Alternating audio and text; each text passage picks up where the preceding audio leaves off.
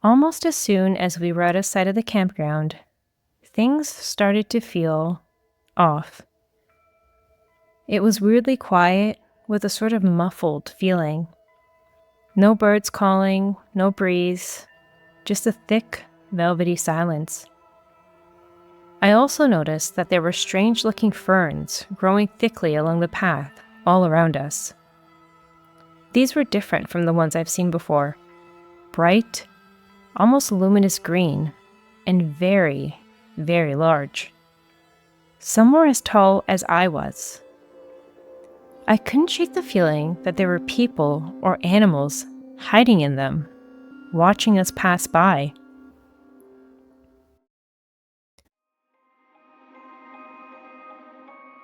Welcome, dear listeners, to a world that lies beyond the realm of the ordinary, where the mysterious and the unexplained converge.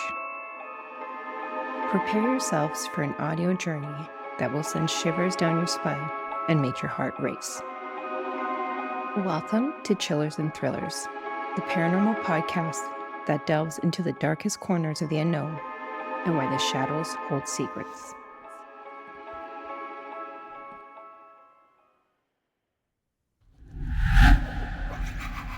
Hello and welcome back to Chillers and Thrillers, the paranormal podcast where I read true stories of people's encounters with the strange and unexplained.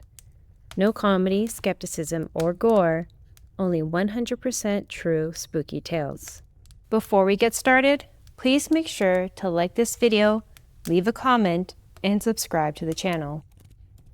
As many of you already know, I've been obsessed with spooky stories and folklore since I was a child. One of my favorite memories is when my mom would take me and my sisters to the local library where we would spend hours browsing books. Think Matilda, but Miss Honey was my mom. Naturally, I was drawn to books about ghost stories and myths, but one book in particular stood out. It was filled with the eerie tales of fairies. Like many children, I was obsessed with fairies and gnomes. I had the classic Gnomes picture book and truly believed that they existed. But I had always assumed that fairies were like Tinkerbell, flitting around with fairy dust and granting wishes. Instead, I discovered stories of tricksters, sometimes mischievous, sometimes malevolent, creatures who play cruel pranks on humans, or even steal children away to their hidden world. I have a close family member who is obsessed with these stories, and the more I read and talked to them about it, the clearer it became that fairies aren't all benevolent sprites. This family member taught me that there are three main categories of fairies in folklore: the fae, the seelie, and the unseelie. The seelie are generally considered the lighter side of fairy folklore, fairies that can be friendly but are still unpredictable. Even when they help humans, their assistance often comes at the cost or an unspoken rule. The unseelie, on the other hand, are far more sinister. These fairies are known for their cruelty, leading people astray, inflicting misfortune, and even harming or abducting humans. And the fae is often used as an umbrella term for all fairies. But in some traditions, there are quite distinct, powerful ancient beings that exist between worlds, neither mortal nor quite divine. Many legends claim that fairies were once a powerful race that coexisted with humans, but they were driven into their own hidden realm, often referred to as the otherworld. Stories of fairy abductions, sometimes referred to as being taken by the fae, are also common in folklore.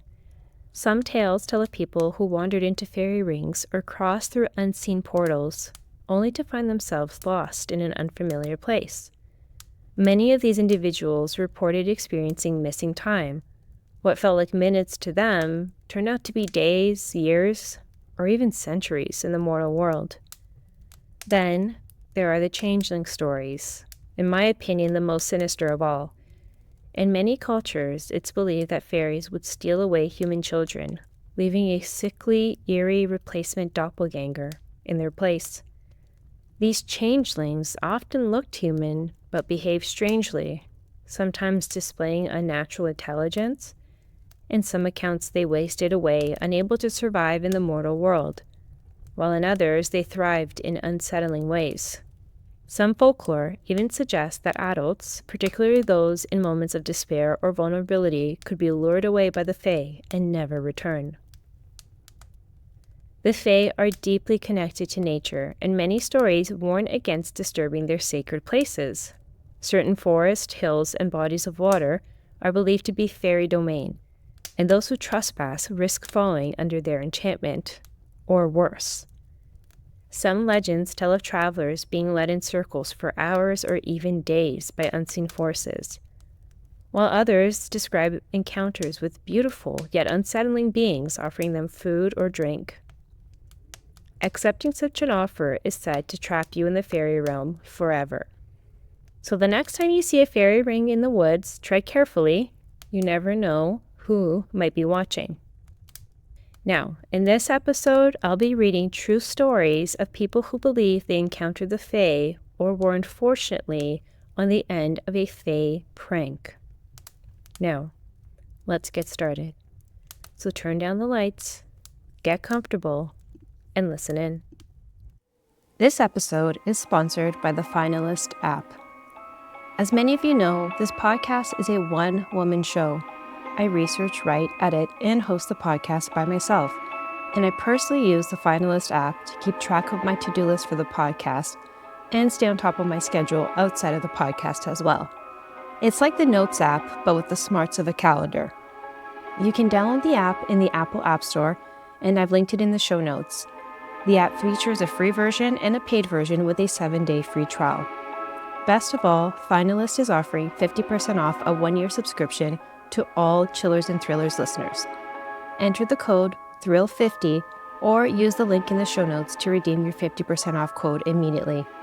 Thank you so much to Finalist for supporting this indie podcast. Weird Newfoundland Camping Experience. Submitted by user Delinquent Borrower.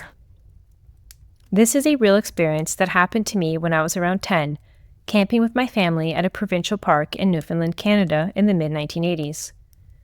In Newfoundland, there is a lot of traditional folklore about fairies and being fairy-led, i.e., being sort of mesmerized and stolen away by the fairies. And although I've never really believed in that stuff, whenever I hear those tales, I can't help but think about this experience. We arrived at the campground around mid-afternoon. I remember that it was strangely empty. We saw no other occupied sites as we drove around looking for the perfect spot. We picked our site, and as my parents were setting up, my older sister asked if she and I could go check out the little beach area, which was a shortish walk along a clearly marked downhill path through some birch woods. Our mom said yes, but told us to be back in 2 hours. We found the sign pointing us to the beach trail and headed down the path. Almost as soon as we were out of sight of the campground, things started to feel off. It was weirdly quiet with a sort of muffled feeling. No birds calling, no breeze, just a thick, velvety silence.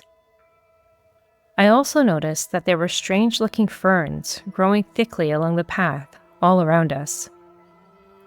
Ferns are not an unusual sight in the Newfoundland woods, but these were different from the ones I've seen before. Bright, almost luminous green, and very, very large. Some were as tall as I was.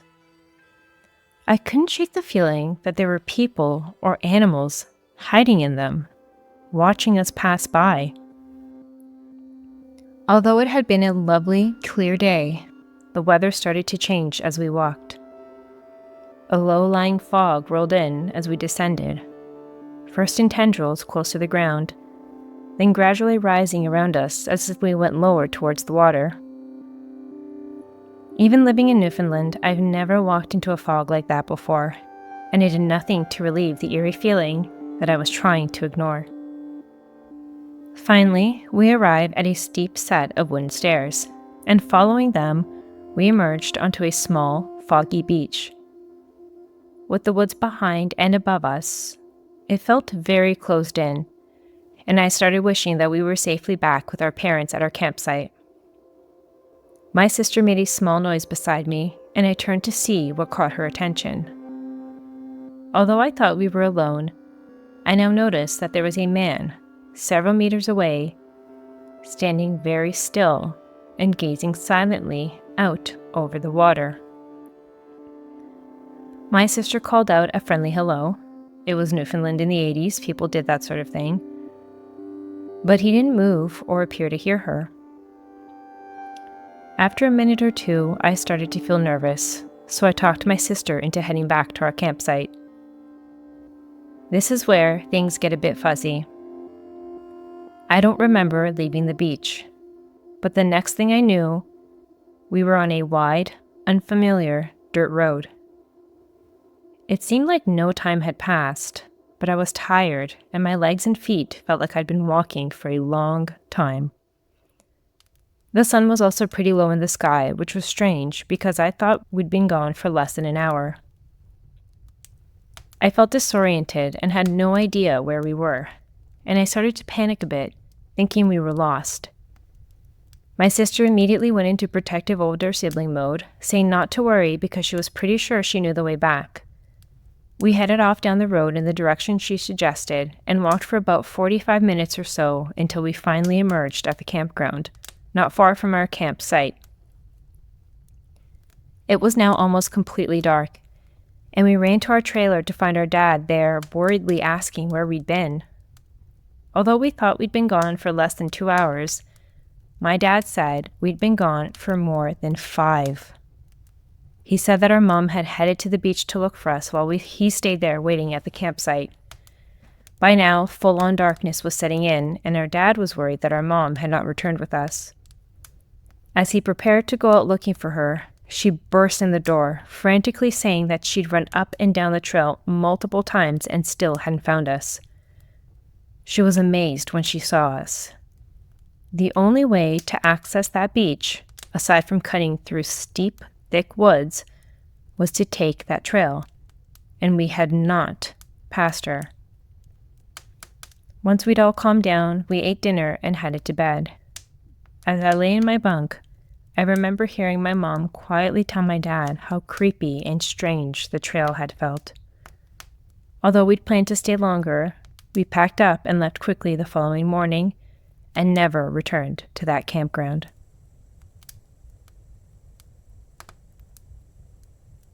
The Magic Place, submitted by user Hidden Pizzeria. This story took place in a vast forest that was by my childhood home. It was summer in the early 90s at the time, so it was pretty common for kids to spend the day outside, all day with minimal supervision. On a particular day, my younger brother, who was around 7, and I, who was around 10, were very bored, so we grabbed our backpacks and pretended to be explorers. We had a plan to head deep into the woods to a location that we had found once before with a friend. It was a wide, shallow creek that flowed between 2 large hills. The sunlight filtered through the trees in a very pretty haze, and there were different colored pebbles in the stream. The last time we had gone there, we just sat on the bank for a long time, ate our lunch, and watched the deer that hung out by the water. We both referred to this as the Magic Place, since it was such a beautiful and peaceful experience. We had a vague idea where it was, and there were some areas where there were old, overgrown trails that you could follow, so we made it our mission to find it again that day. We hiked, and sure enough, eventually found it.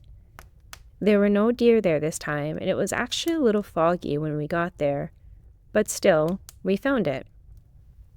Regardless of our victory, we were a little bummed it wasn't the same experience, so we figured we could explore the area a little more.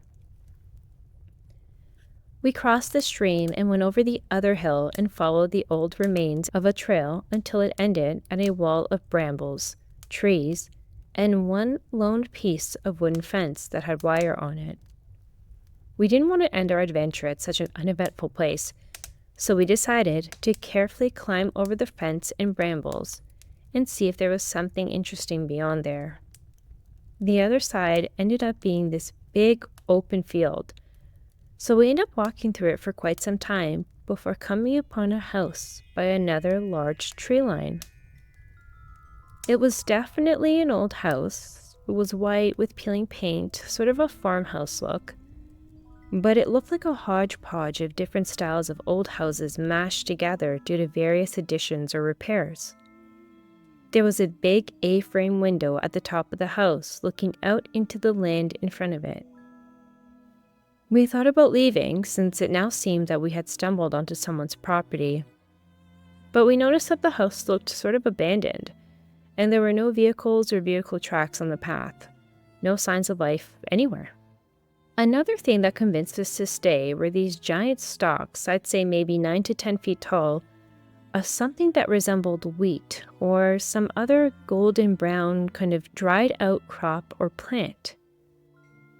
My knowledge of crops and plants is admittedly fairly limited, but I figured that these things usually don't grow that high, so I'm not sure exactly what it was.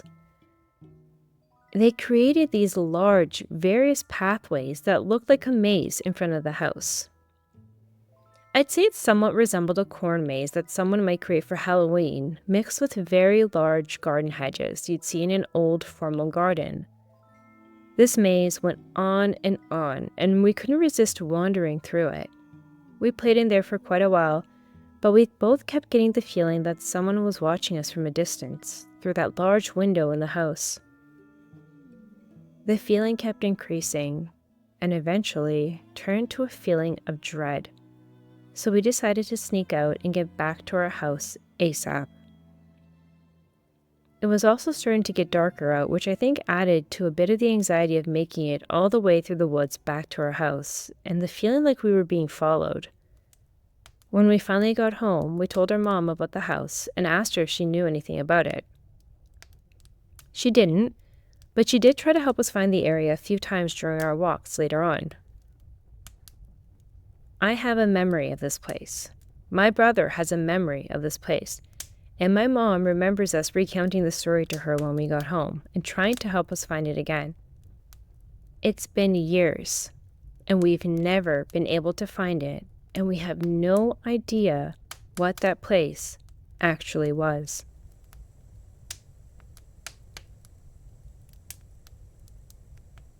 Disturbing the Fae, submitted by user Rook Skywalker. About 2 years ago, we had some odd occurrences at our home. It was around late September, early October, as the leaves were changing colors and you could really feel autumn in the air. If you live in the Midwest or in a place that has seasonal changes, the fall air smells different too. We were decorating for Halloween, so things got moved around a bit in the front lawn to make room for the decor. We didn't think much about it until things started to go missing at home. A few weeks prior to decorating, I purchased a set of Bluetooth earbuds that I use on a daily basis and carried in my pocket when I went out. After decorating, I went out to the local Target to pick up some groceries and some additional string lights. Later that evening, when I got a call, I looked for my earbuds and couldn't find them anywhere. I was a bit upset and chalked it to maybe they fell out of my pocket at Target. The next day, I went back to Target just to make sure. I retraced my steps, checked lost and found, nothing.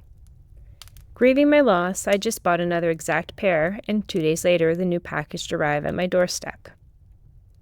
All is well again in our little world, until a few days later when I was preparing for our dinner. We wanted to do a Korean barbecue at home, and we have a tabletop Korean barbecue grill pan, one that you set on top of a butane stove. I looked in its usual spot, the corner kitchen cabinet. And for the love of all things tasty, I hated the corner cabinet. It's where appliances and old pans are sent to live out their days in the dark, web-filled corners. Rarely thought of and visited until we just happened to be in the neighborhood. The grill pan was not there. We took everything out of the corner cabinet, and it just wasn't there. I even had my wife lend a pair of eyes. She went as far as crawling into the Dominion armed with her cell phone flashlight to see if we could rescue the grill pan from its depths. But no luck. It was lost, forever in the darkness. As my wife resurfaced from the corner cabinet, and as I wrapped up reminiscing old times with my Tamago pan and old fondue set, dinner was a bust that night. 2 items missing, back to back. Could it be a coincidence? My wife and I spoke, and she mentioned that recently she had seen a TikTok about Fae and how they can be mischievous. Of course, TikTok to the rescue. Being spiritual, this wouldn't be our first encounter with Fae, as my wife had made offerings to them in the past for our garden and stuff like that. But this made me think and turn to our all-knowing acquaintance, Google. Come to find out, moving things in the garden and in the yard can disturb the Fae's habitat and the places that they reside. This can result in angering them. Understandable, I'd be pretty pissed if I came home from work and my house was moved a few blocks over. So, new knowledge in hand, I went out into our front lawn and apologized out loud and explained that I didn't mean to disturb them and we were only preparing for the holidays. I left out an offering of honey, bread, and milk. Now I wait. The next night, I was upstairs wrapping up some work. My kiddo ran upstairs with my set of Bluetooth earbuds and handed them over, saying, "Here, Daddy." I said my thank yous and didn't think anything of it. When I set them down on my desk, I realized that my new pair of Bluetooth earbuds were already on the desk. I ran downstairs and asked my wife and kiddo where they found it. Kiddo responded, "Oh, they were just sitting right here on the coffee table." I explained to my wife those were my missing pair of earbuds that I had lost a little over a week ago. We were both speechless as we cleared off the coffee table looking for the earbuds the night I went missing. Later that night, while my wife took a bath and I was preparing dinner, I decided to visit my friend, the tomato pan. I contort my way into the corner cabinet, phone in hand, to pull out the pan, and guess what is sitting there? The Korean grill pan that was missing only 24 hours earlier. We couldn't explain how both the missing items showed back up, but I told my wife that I had apologized out loud the day before and took out an offering. Sometimes, just because we can't explain it doesn't mean they don't exist. The Quarry, submitted by user So Far. I grew up in a wooded area. My parents still live there. And something that happened this past December put a creepy spin on a thing that happened when I was a kid. When I was a kid, my sister and I and the neighborhood kids roamed pretty much freely through the woods to the south. The undeveloped land to the west, however, was forbidden by my mom, who said people hunt back there sometimes. But those woods ended in a giant rock quarry with water in it, which was an absolute magnet to us kids. We knew it was there from the older kids, and we desperately wanted to go. One summer when I was 8, my sister and a friend decided they were taking the neighborhood's dog and going to the quarry. The neighbor's brother had explained how easy it was to get there. This was the 90s, where kids were left home alone all day. But when my mom got home an hour later, I told her, and she immediately ran out the door. A few hours later, my mom returned with my sister, who was sobbing. My mom's side of the story was, my sister and my friend were not at the quarry. She was scared to death that they'd drown inside of it. She gathered some grown-ups who searched as my sister and friend deliberately hid from them for a couple of hours. My sister's side of the story was, they never made it to the quarry. The dog had growled and taken off running. They chased the dog, got turned around, and even though they could hear and sometimes see the highway to the north and knew they were heading back east, they kept ending up back where they started. They could hear the search party and could tell they were close, and they were screaming at the top of their lungs, but nobody could hear them. So they stayed in one spot until, finally, my neighbor's dad came within sight. They said they'd be screaming up to the second he spotted them, but he didn't hear them and was surprised to stumble upon them. As teens, we went to the quarry many times to drink with no issue. Flash forward to December. I'm working remotely from my parents' house for Christmas, and my dad tells me they're going to develop the part of the area near the quarry into a subdivision, and he's got a hankering to go walk to the quarry. So we grab my parents' dog Bean and head out. We take a deer path from our backyard to a clearing and connect to the snowmobiling paths that leads west. We grab a fluorescent flag that some workers had used to mark something for utilities and stick it in the ground, right where the deer trail hits the clearing, so we could easily find it.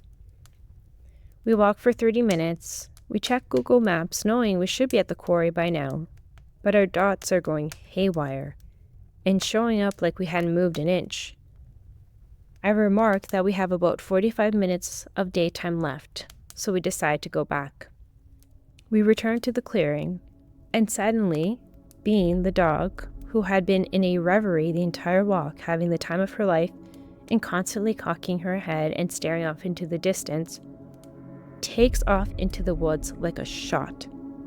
She's running in the direction of our house though, so we decide that that's where we'll go and hopefully meet her at home. But the flag we placed by the deer trail is gone. We find it back near the middle of the clearing where we found it originally. We figure a ticked-off utility worker must have happened by and moved it back. We walk the periphery of the clearing, and there's no deer trail to be found. But the setting sun, highway, our phone compasses, and the power lines make it really clear which direction is east, so we head into the woods. Eventually, we see our house's window lights glowing through the trees, but we walk and walk and walk and get no closer.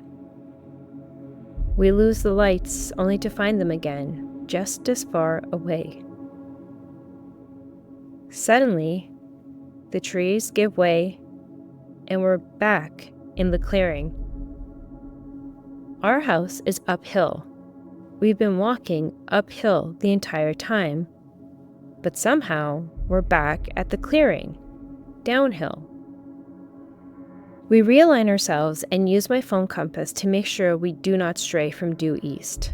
My dad keeps an eye on our window lights, and suddenly we get spit out into a yard. My dad realizes it's the backyard of a house in our subdivision.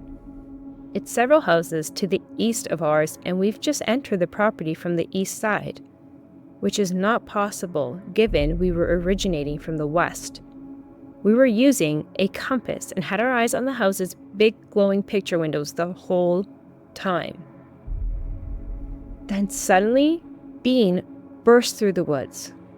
Not scared, but looks like she's seen some things and is super hyped up. There's no way we're going back into the woods. We trespass across the neighbor's property to the front to the neighborhood street and take neighborhood street home. When we get to our house, we realize all our lights are off. We ask my mom if she turned the living room lights on at all, and she tells us she hasn't. She'd been painting in the basement until she heard us come back in. We told her what happened, and my mom sighs and goes, "That's why you don't go into that area to the west."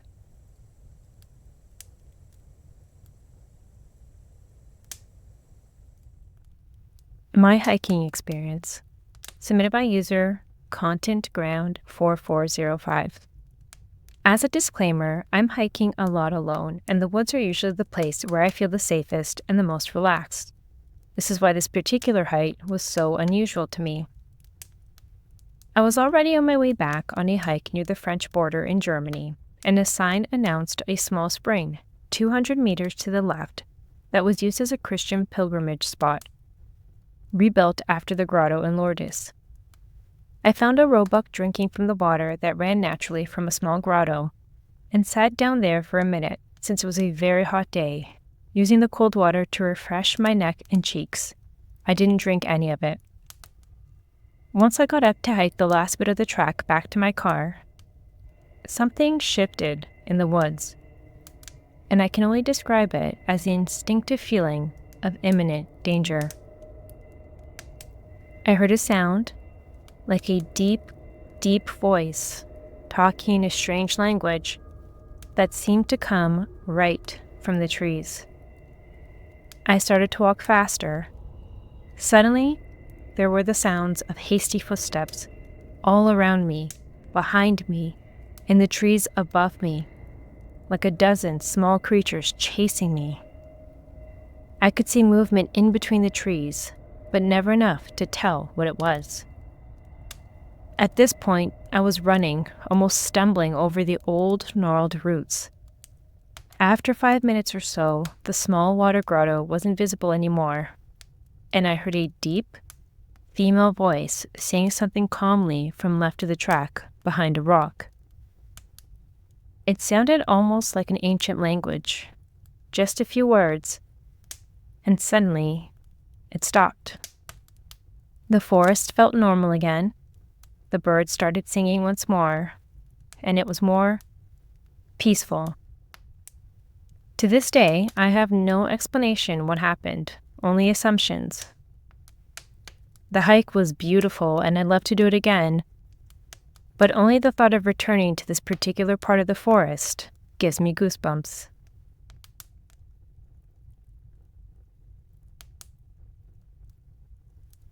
I almost walked into a fairy portal.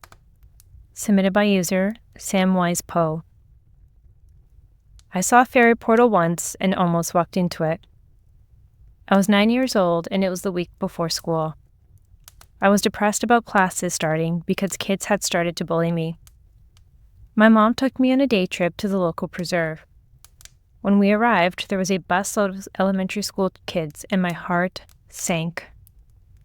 I was noticeably chubby and kids were always cruel about it. This was the 1980s and fat phobia was intense. So we walk along the main path full of kids. My mom could instantly charm children, so they loved her. But when she wasn't looking, the kids would say mean things to me. So I wandered off the main trail and found an old Indian trail. It was very distinct in spite of a lot of undergrowth, passed between two trees that arced towards one another, almost like a doorway. And then I came to this huge hedge. It was too high to see over and stretched all the way from the Indian trail to the main path, seeming to cut across the forest. The trail led right up to it, and there was a fissure just wide enough for a child to fit through. I peeked inside, and it was so lusciously green and cool. This was a stifling hot day, Nebraska heat, which is humid and oppressive. So it was unusual to find some place that cool in the forest, given all the heat and humidity. I squeezed into the fissure, set my foot in the earth on the other side, which was soft and moist and springy, unlike the hard-baked sandy earth of the main forest. What I saw remained the most beautiful place I have ever seen. The sky was pearl blue. There was a vivid green bank sloping down to a dry creek overgrown with ferns. A huge fallen tree trunk spanned the ancient creek like a bridge. On the other side was a forest of silvery trees, the most inviting thing I have ever seen. Peaceful, wondrous. All the sounds from outside were hushed. No gabbling children, nothing. It filled me with joy, and at that time of my life, I had precious little that made me happy. I braced my hand on the outer wall of the hedge, had my other foot firmly planted in the hard, sandy, real part of the path, because somehow I knew if I put both feet in the fairy side, I could never go back. It was so hard not to walk into it and start exploring. I truly felt the place called to me, and I have never wanted anything so bad than to cross that tree bridge and explore that silvery forest. Even the air felt different, moist and sweet. I felt a light, gentle mist touch my face as I closed my eyes and breathed in deep. But then, I thought of my mother. Could I really just leave her behind? She had a sad life too, and I thought it would be a gift to show her this place, and we could go into it together. Well, as I had that thought, the fissure in the hedge began to close, pressing against my stomach and back. I was forced to choose, go forward or go back. I pulled myself back out of it with an effort. The hedge branches caught in my t-shirt and tore a hole. A branch scraped my arm, drawing blood. I went down to the Indian trail, past the 2 trees entwined like a doorway, and found my mother on the main path, still talking to some brats who had the nerve to bully me when she wasn't looking. I insisted she come with me to see this most glorious thing. She didn't doubt me and was willing to follow me. Only now, it was really difficult to find the Indian trail in the undergrowth. It was all overgrown and covered in leaves. But I spotted it and made it as far as the 2 trees that were like a door. Only this time, they were strung with nasty cobwebs. Like the trees were suddenly old and ugly, I couldn't imagine going near them. And the trail had disappeared entirely. I looked up and pointed in the direction of the hedge, sure she could spot it from there. It was 9 feet high and stretched for several yards in both directions. But no, there was nothing. Only the usual trees and undergrowth. Imagine my shock when it wasn't there. I saw then it was impossible that it had ever been there. It would have bisected the main path, which was packed with children and teachers. I was speechless, trying to get my mother to understand what I saw. She didn't doubt me and said, "Maybe it was just for you to see." I felt such a profound feeling of loss, a really inconsolable loss. Probably at the end of my days, I will still think of that place. That was my only chance to enter the fairy realm, but I turned back. I never shared this story. I thought if I'd had children, I would tell them about it, and that didn't happen, so I'm sharing it now. And that's all for this episode. So what are your thoughts? Do you think that the Fae exist? Would you think that it explains mysterious disappearances in forests and campgrounds? Or do you think it's something else? I'd love to hear your thoughts and your theories, so please leave a comment if you're watching this on YouTube or if you're listening on Spotify, or feel free to send me an email at chillersandthrillers.com. Thank you for listening. I hope you'll share with your paranormally inclined friends and family. And I hope all you ghouls and ghosts stay safe. And if you celebrate St. Patrick's Day, have a happy and safe St. Patrick's Day. Until I see you again, make sure to stay away from those fairy rings.